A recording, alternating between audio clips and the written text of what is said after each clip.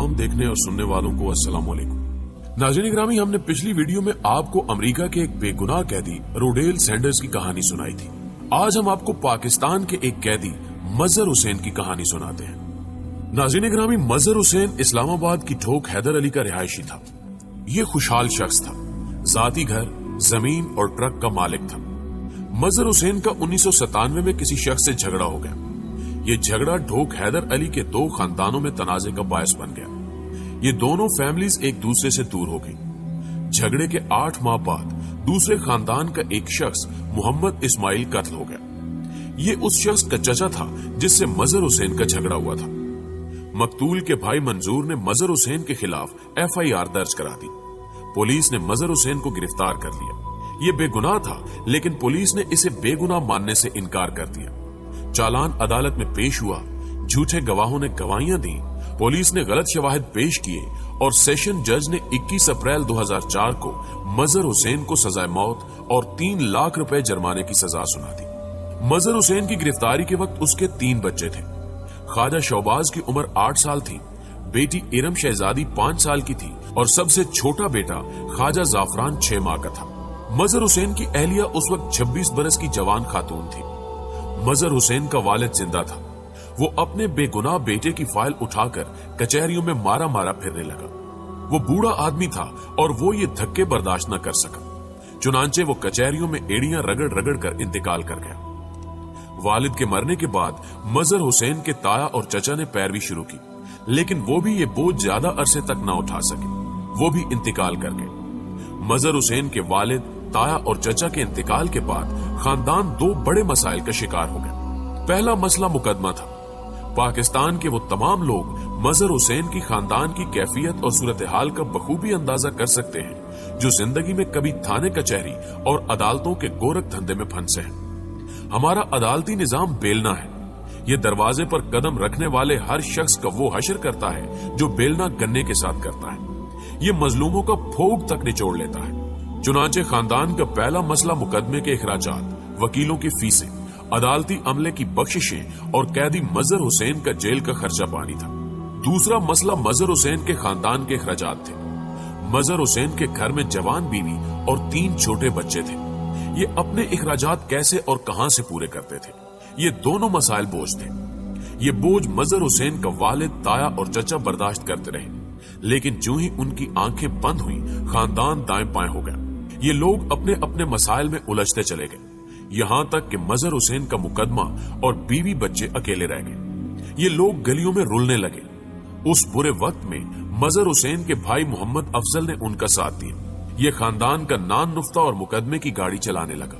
ये कोर्ट कचहरी भी जाता था, भाई से जेल में मुलाकात भी करता था और मजहर हुसैन के बीवी बच्चों की टेक केयर भी करता था। ये भाई 15 साल सिस्टम के बरामदों में मारा मारा फिरता रहा। मजहर हुसैन के बच्चों ने 19 वर्षों में बाप की जुदाई, गुर्बत, भूख और जहालत भी देखी और खानदान की तब्दील होती हुई नजरें भी। ये बच्चे बाप का साया सर पर न होने की वजह से स्कूल नहीं जा सके। ये कोई काम धंधा भी न सीख सके। चुनांचे मजहर हुसैन का बड़ा बेटा ख्वाजा शहबाज क्रेन ऑपरेटर और दूसरा बेटा ख्वाजा जाफरान ट्रक ड्राइवर बन गया। बेटी गैर शादीशुदा और घर में बैठी है, जबकि बीवी खामिंद का इंतजार करते करते बूढ़ी हो गई है। बेटी इरम जिससे भी मिलती है बस एक ही बात करती है कि मेरे अब्बू मुहर्रम के महीने में घर से गए थे, हम उस दिन से मुहर्रम गुजार रहे हैं। हमने 19 वर्षों में मुहर्रम के अलावा कोई महीना नहीं देखा। प्यारे पाकिस्तानियों, आप ट्रेजेडी मुलाहिजा कीजिए। मजहर हुसैन का मुकदमा 19 साल चला। ये केस सेशन कोर्ट से होता हुआ हाई कोर्ट पहुंचा और हाई कोर्ट से सुप्रीम कोर्ट चला गया। पहले मजहर हुसैन के वालिद, ताया और चचा मुकदमे के पीछे दौड़ते रहे और फिर ये बोझ भाई मोहम्मद अफजल ने उठा लिया, लेकिन मजहर हुसैन की बेगुनाही का फैसला ना हो सका। आप सिस्टम का कमाल देखिए। मजहर हुसैन के भाई ने 2010 में सुप्रीम कोर्ट में अपील की। ये अपील 2016 तक फाइलों में दबी रही। ये 6 अक्टूबर 2016 को सुप्रीम कोर्ट के 3 रुकनी बेंच के सामने आई। जस्टिस आसिफ सईद खोसा बेंच के सरबराह थे। पुलिस की तरफ से एडवोकेट जनरल इस्लामाबाद मियां अब्दुल रऊफ पेश हुए। मुदई और मुजरिम दोनों की तरफ से अदालत में कोई शख्स मौजूद नहीं था। मुजरिम के वकील शाहिद महमूद अब्बासी उस दौरान हाई कोर्ट के जज बन गए। ये भी गैर हाजिर थे। जस्टिस आसिफ सईद खोसा इनकलाबी इंसान थे। ये समाअत मुलतवी करने की बजाय केस खोलकर बैठ गए।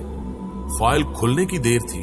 बेंच को चंद लम्हों में मजहर हुसैन की बेगुनाही का यकीन हो गया। जस्टिस आसिफ सईद खोसा का दिल भर आया। उन्होंने रिमार्क्स दिए कि हमने फिल्मों में सुना था जज साहब मुझे मेरी जिंदगी के 12 साल लौटा दें। हमने आज अपनी आंखों से देख लिया एक बेगुनाह शख्स 19 साल से जेल में पड़ा है और उसे उसके 19 साल कौन लौटाएगा। बेंच ने रिमार्क्स देने के बाद मजहर हुसैन की रिहाई का हुक्म दे दिया। ये हुक्म निकला, मीडिया में आया और मीडिया ने बेगुनाह मजहर हुसैन की तलाश शुरू कर दी। दोस्तों, पता चला मजहर हुसैन ज्यादा दिनों तक बेगुनाही का बोझ नहीं उठा सका था।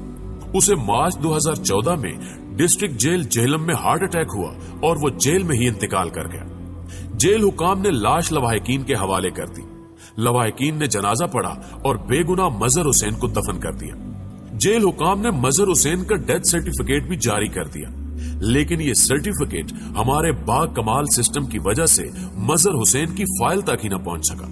चुनांचे मरने के बाद भी मजहर हुसैन का केस चलता रहा। ये ट्रेजेडी के ऊपर खतरनाक ट्रेजेडी थी। इस ट्रेजेडी ने हमारे निजाम की सारी खामियां खोलकर सामने रख दी। मेरी चीफ जस्टिस सुप्रीम कोर्ट और वफाकी हुकूमत से दरखास्त है कि आप मजहर हुसैन की दास्तान को निजाम अदालत के खिलाफ वेकअप कॉल समझें और मुल्क के जस्टिस सिस्टम में चंद इस्लाहात करें। जस्टिस साहब, मजहर हुसैन सिर्फ एक आदमी नहीं था, ये 3 नस्लों पर मुश्तमिल पूरा खानदान था। मजहर हुसैन का वालिद, उसका ताया और उसका चचा इंसाफ तलाश करते करते इंतकाल कर गए। बीवी ने खाविंद की जिंदगी में 19 साल बेवगी बर्दाश्त की और बच्चे बाप की शक्ल को तरसते रहे। ये तालीम तक से महरूम रहे। चुनांचे जुल्म सिर्फ मजहर हुसैन के साथ नहीं था, सितम का पहाड़ 19 साल पूरे खानदान पर टूटता रहा। मेरी चीफ जस्टिस से दरखास्त है कि आप मुकदमे की फाइल दोबारा खोलें और हुकूमत को मजहर हुसैन के खानदान को 19 करोड़ रुपए अदा करने का हुक्म जारी करें। ये 19 करोड़ रुपए बाद अज़ां इस्लामाबाद पुलिस, मुदई खानदान और झूठे गवाहों से वसूल किया जाए और इसके बाद कानून बना दिया जाए कि सेशन कोर्ट से लेकर सुप्रीम कोर्ट तक कत्ल के तमाम मुकदमों की समाअत फौरी होगी। कोई फाइल 3 से 4 माह से ज्यादा पेंडिंग नहीं रहेगी और अगर कोई मुजरिम बेगुनाह साबित हो गया तो हुकूमत, पुलिस डिपार्टमेंट और मुदई तीनों मिलकर मुजरिम को कैद के हर साल का 1 करोड़ रुपए तावान अदा करेंगे। ये तावान पुलिस, हुकूमत और मुदई तीनों का दिमाग ठीक कर देगा। दोस्तों, आप अंदाजा लगाइए कि हम किस दौर और किस मुल्क में जिंदा हैं। हमारे मुल्क में झूठी गवाही पर एक शख्स को सजाए मौत हो जाती है। खानदान 19 साल इंसाफ की तलाश में मारा मारा फिरता है। इस दौरान घर के बर्तन तक बिक जाते हैं और आखिर में बेगुनाह मुजरिम जेल में मर जाता है। लेकिन सिस्टम बंदर की तरह एक शाख से दूसरी शाख और एक दरख्त से दूसरे दरख्त पर छलांगे लगाता रहता है। क्या ये जुल्म पर जुल्म नहीं है? हम इस सिस्टम और इंसाफ की इस बदबूदार जोहड़ में कितनी देर जिंदा रह लेंगे? चुनांचे मेरी जज साहब से दरखास्त है कि आप खुदा खौफी करें। आप जिंदा मजहर हुसैन को इंसाफ नहीं दे सके, लेकिन आप अब उसकी कब्र से ही अदल कर दें। आप उसके बच्चों का बचपन नहीं लौटा सकते, आप उन्हें उनकी जवानी ही दे दें।